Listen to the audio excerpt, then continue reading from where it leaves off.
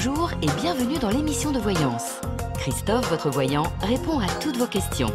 Il s'appuie pour cela sur les tarots et sur son étonnante faculté d'intuition. Bonjour à tous et bienvenue sur le plateau de l'émission de voyance.com. Eh bien, écoutez, je suis ravi de vous accueillir pour cette nouvelle semaine de voyance en direct. J'espère que vous allez tous passer un agréable week-end. Si vous êtes en vacances, écoutez, profitez bien de vos vacances. Et si vous n'êtes pas en vacances, profitez quand même de la vie. Rien n'est interdit. Justement. Bon, écoutez, j'ai pas d'informations particulières. Ça sent plus les vacances que le doux labeur, mais ça ne va pas m'empêcher de répondre à vos questions. Et je vais tout de suite commencer par la question de Cléophée. Alors, en 2016, suite au décès de votre fille aînée, qui avait trouvé en vous sa confidente, Marie, amie depuis 45 ans, a coupé les ponts avec vous car vous en saviez trop. Vous savez que le fil n'est pas coupé entre vous deux. Elle pense autant à vous que vous pensez à elle. Vous pensez que vous pourriez l'aider dans son deuil. Est-ce que si vous tentiez un contact, elle serait prête à ouvrir le contact? Allez.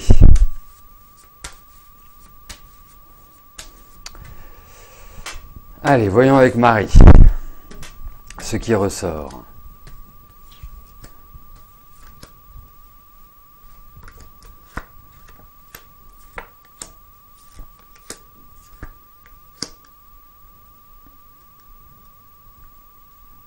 Alors, effectivement, vous sentez bien les choses, puisque je pense qu'il y a toujours un lien. Enfin, vous étiez sur le même registre dans votre fonctionnement. Et je dirais qu'il y avait une sorte de rapport équilibré. Et donc, vous me demandez si l'idée est bonne de reprendre contact, et cela permettrait-il de renouer et de retrouver une énergie d'antan. Je pense que c'est peut-être un petit peu tôt. Je ne dis pas qu'il ne faille pas le faire. Je pense qu'il y a quelque part cette idée-là. Effectivement, il y a peut-être des choses qui vont se passer sans que vous n'interveniez, enfin des éléments extérieurs, si vous voulez, qui vont permettre ou ouvrir ce nouveau cadre.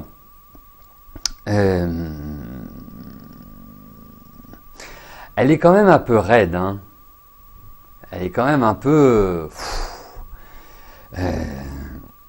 Donc, je vous dis oui, mais je ne pense pas qu'il faille le faire maintenant, tout de suite. Je pense qu'il faut attendre un peu. Mais effectivement.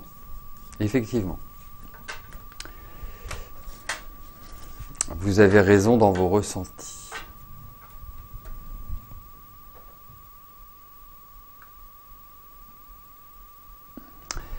Fabienne, bonjour.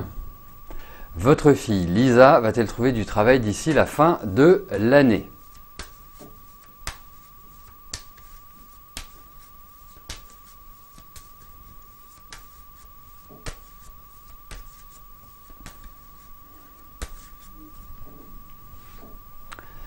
Allez.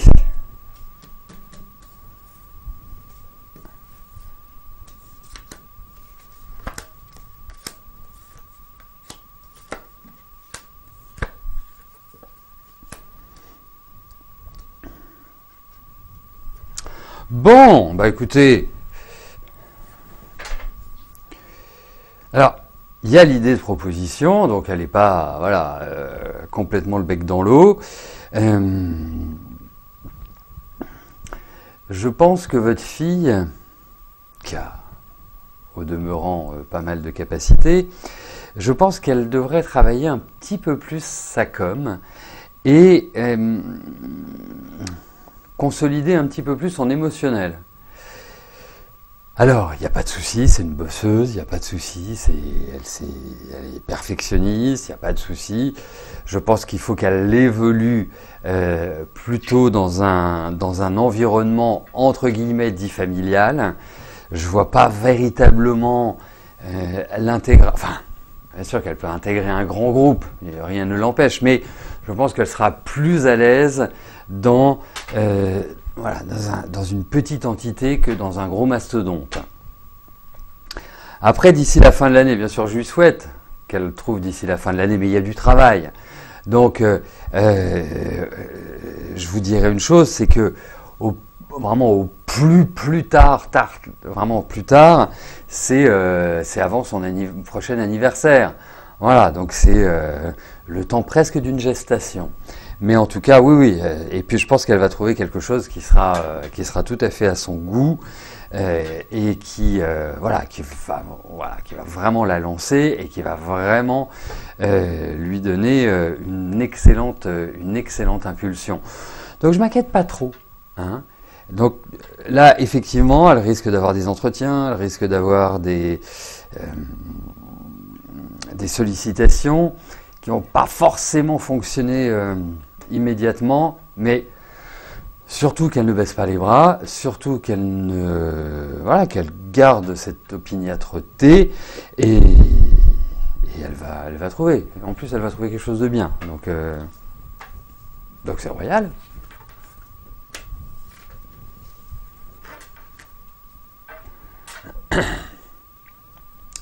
Jacques, bonjour.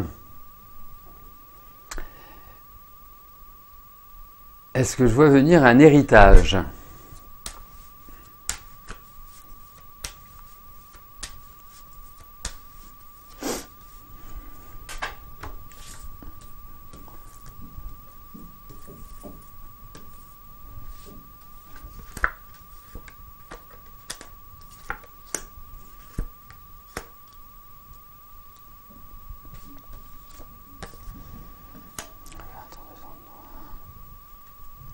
Écoutez, il y a cette idée d'héritage, en tout cas, il y a cette idée de rentrée d'argent qui ne sont pas en lien avec le travail, avec l'effort personnel. Le deuxième point indique quand même que c'est pas forcément tout de suite que cela intervient. Donc je vous souhaite de ne pas en avoir un besoin immédiat, puisque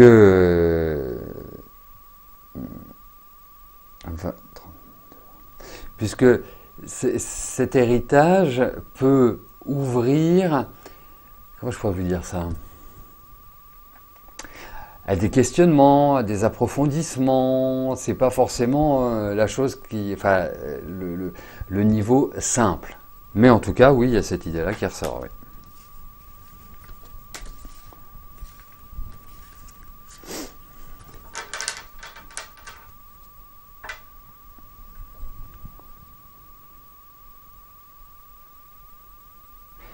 Mehdi, bonjour.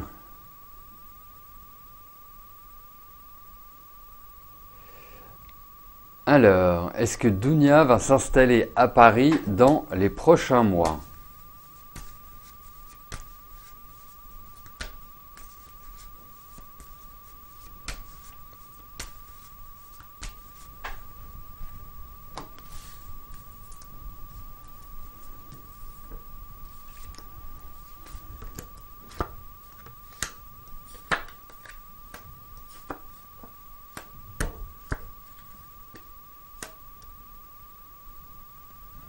Alors, effectivement, je pense que c'est vraiment un souhait, c'est vraiment un désir qu'elle a, mais c'est en lien avec beaucoup de discussions. Voilà, il y a beaucoup d'interrogations, il y a beaucoup de choses qui sont pesées par rapport à cette décision.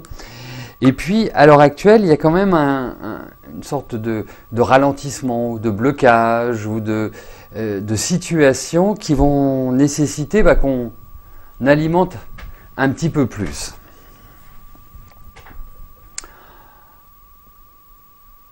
Ensuite, moi j'ai le sentiment que Dounia a besoin de changement, a besoin de changer d'air, a besoin de, entre guillemets, de vivre un peu sa vie. C'est quand même une femme qui est indépendante, c'est une femme qui a vraiment une envie d'y arriver.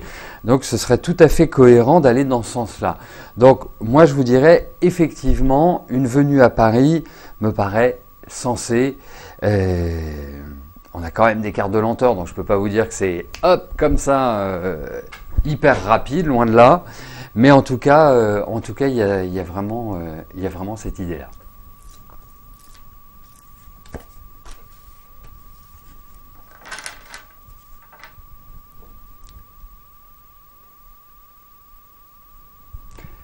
Véronique, bonjour.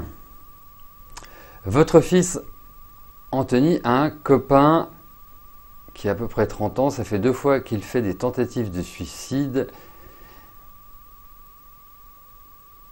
Embêté par une personne au travail et d'autres problèmes.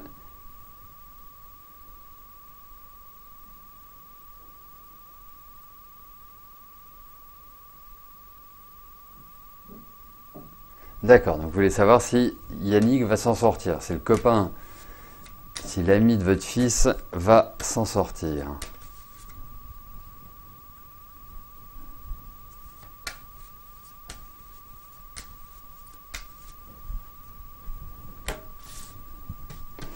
Allez, voyons pour Yannick.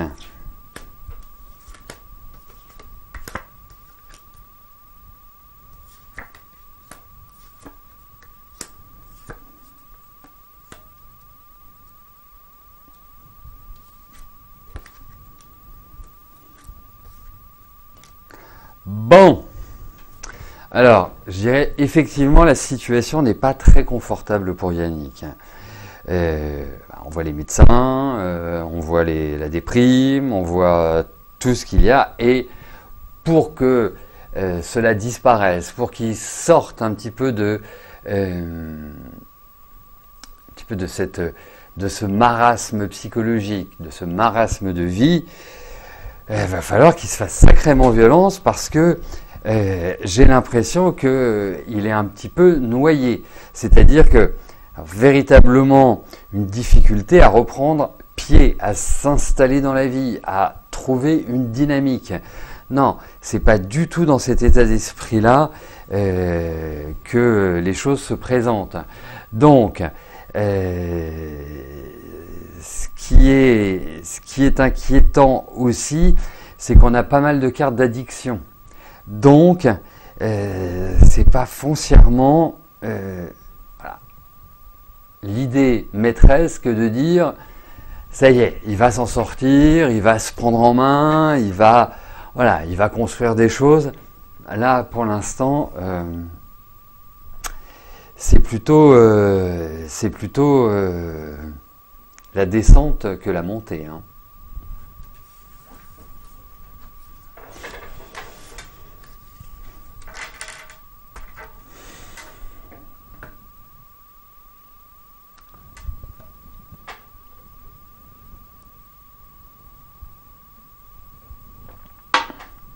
Béatrice, bonjour. Alors, votre fille Mélanie est en couple avec Olivier. Il traverse une crise. Est-ce que le couple va bien redémarrer? S'aime-t-il encore? Allez, voyons entre Mélanie et Olivier.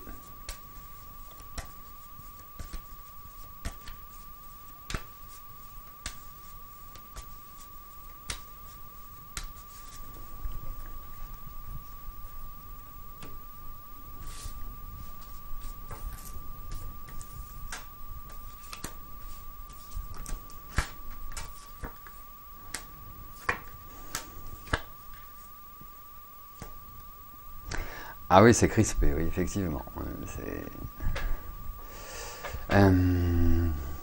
Après, je pense qu'il y a des bonnes raisons. Hein. Je pense pas que ce soit juste, voilà. Il y a une cause, il y a une espèce de profondeur qui fait que il traverse cette crise à l'heure actuelle. Alors,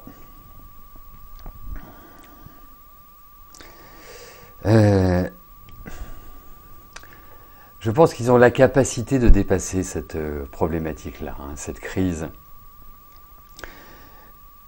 La seule chose, c'est qu'il va falloir qu'ils discutent. Et ça, à l'heure actuelle, je trouve que votre fille est dans une période où il y a vraiment un sentiment de pression forte, comme si elle se protégeait, comme s'il y avait vraiment dans sa tête l'idée que les choses étaient arrivées soit à la fin, soit à l'obligation de transformer leur relation, de quelque part de remettre un petit coup de boost à leur relation.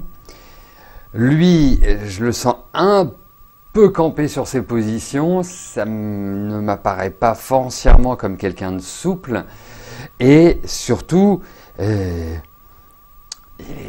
n'est pas franchement, hyper fun, hyper aimable avec votre fille. Le troisième point, c'est que c'est comme s'il fallait une sorte de conciliateur. Alors voilà, ça peut être quelqu'un qui est spécialiste de la gestion des conflits dans le couple, mais je vois un tiers qui peut permettre, de retrouver une meilleure énergie, de retrouver une meilleure ambiance et de redonner quelque part une meilleure assise à leur couple. La seule chose, c'est que là, ils sont à couteau tiré. Donc, et puis c'est bien marqué. Donc, d'une certaine manière, effectivement, je pense qu'ils ont les moyens de s'accorder, mais c'est un couple qui sera toujours sur le fil du rasoir. Donc, à un moment donné, ça risque le lien risque de se briser définitivement. Voilà. Mais bon, à l'heure actuelle, je pense qu'ils ont la capacité de redonner une nouvelle direction à leur couple.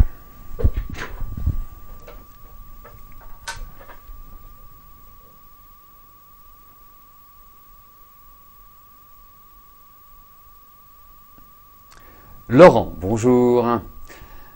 Alors, un poste libère pour octobre 2022. Est-ce que je vous vois obtenir ce poste en CDI?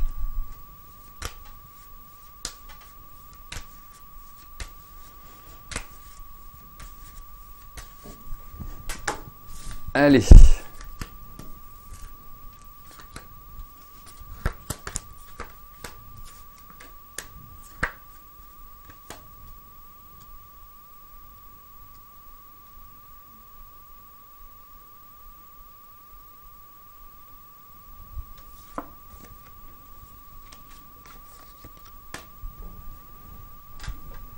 Alors, effectivement, il y a quand même cette idée d'évolution. Pour vous, d'élévation sociale. Je ne suis pas certain que ce soit pour ce poste-là proprement dit, puisque je pense que ce poste-là va pas forcément tenir dans l'entreprise comme si c'était un poste qui allait évoluer, peut-être avec de nouvelles prérogatives et d'autres noms, comme si en fait il y avait une sorte de redéfinition de poste. Après, je pense que vous avez tout à fait raison de vous placer, de vous positionner par rapport à cette opportunité. Et pour moi, il y a quand même l'idée, au niveau du travail, je vous parlais d'élévation sociale, c'est comme si vous entriez dans une plus grande satisfaction au niveau de votre travail. En revanche, les choses se font plutôt lentement. Alors, vous me direz, octobre, c'est pas non plus demain, mais ça reste quand même assez proche. Donc, ce poste-là, je suis pas complètement convaincu.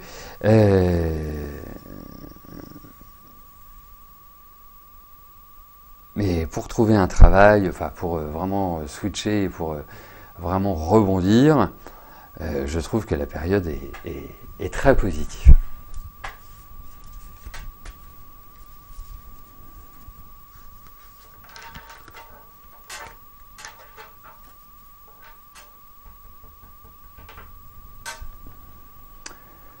Florence, bonjour.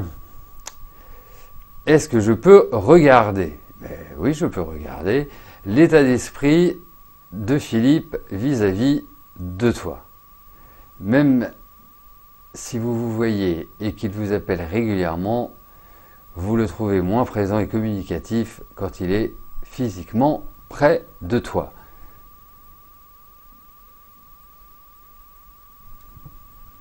Alors, j'ai toute la question. Ok.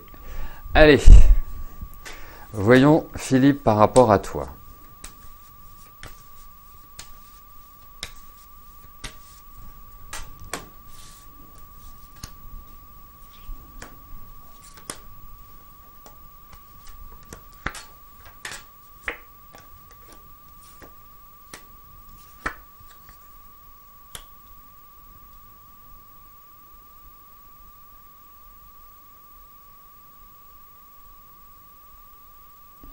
Oui, effectivement, je trouve qu'il apparaît plus détaché, plus... En fait, c'est comme s'il était ailleurs quand il était là. Tu vois? Je pense qu'il y a beaucoup de choses pour lui qui sont en préparation. Je pense que, effectivement...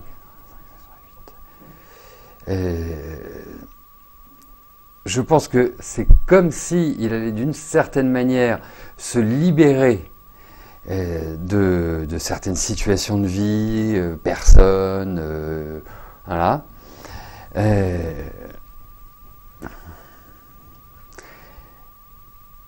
Que tu te sens un petit peu seul d'une certaine manière, mais je pense même que en termes de discussion, en termes d'échange, sur ces points-là, je trouve aussi que c'est un peu plus austère, c'est un peu plus fermé, c'est moins expansif. Donc, je pense que c'est une phase. Je pense que lui, il est aussi dans une phase quelque part de transformation. Et puis c'est un homme qu'on n'attache pas. Donc, mais bon, effectivement, certaines froideurs, certains détachements, certaines distances par rapport à toi, je te le confirme.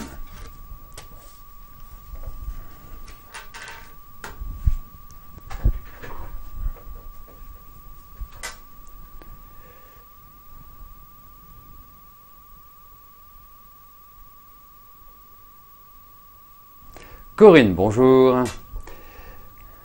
Alors, que vois-je pour votre avenir financier?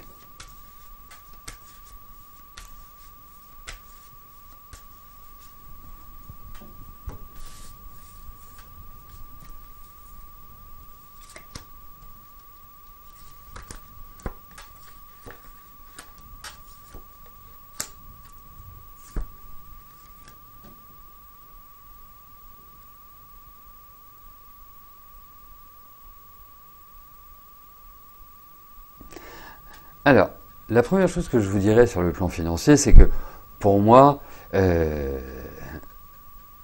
si on partait du principe que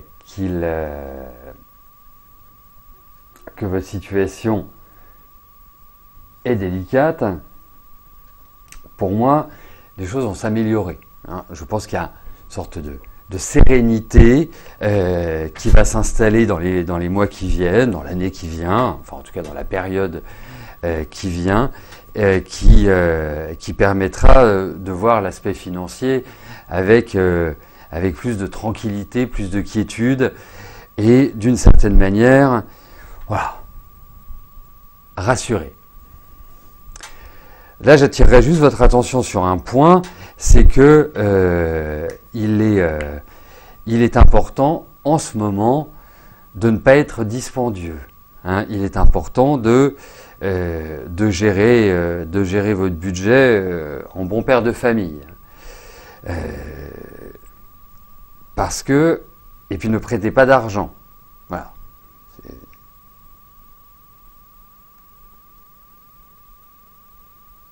Donc, effectivement, je trouve que la situation financière, voilà, va pas se dégrader ou en tout cas ne va pas aboutir à une catastrophe. Voilà, c'est juste un peu de prudence et de qualité de gestion et ça ira bien. Voilà. Lucille, bonjour. Vous êtes séparé de votre compagnon début juin et vous n'arrêtez pas de vous recroiser. Quel est le message? Est-ce parce que vous n'arrivez pas à vous détacher ou est-ce parce que vous devez lui laisser une autre chance?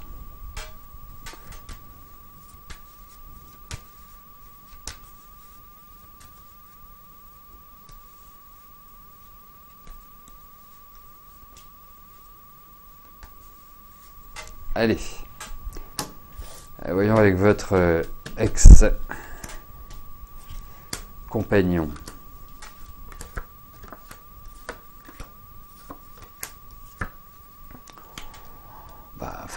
Moi je trouve qu'il y a toujours des sentiments entre vous et puis je pense que ces sentiments sont partagés. Je ne vois pas ne plus vous aimer et je ne vois pas ne plus l'aimer. Donc à partir de là,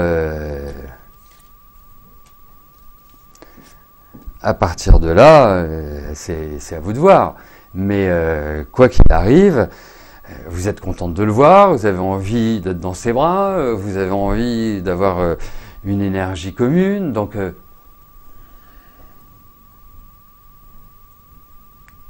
voilà. La question c'est pourquoi vous ne le faites pas. Alors il y a certainement des raisons, bien évidemment. Il y a certainement un passif également qui fait que vous êtes un peu dans cette hésitation. Mais je vous dis, les sentiments sont partagés, sont là, sont présents. Donc après, c'est votre décision, c'est de savoir si, en fonction de ce qui vous a fait, si ça vaut le coup de reprendre. Voilà. Voilà, bah écoutez, nous arrivons au terme de notre émission. Je vous souhaite à tous une excellente fin de journée et je vous dis à plus tard. Merci, bye bye.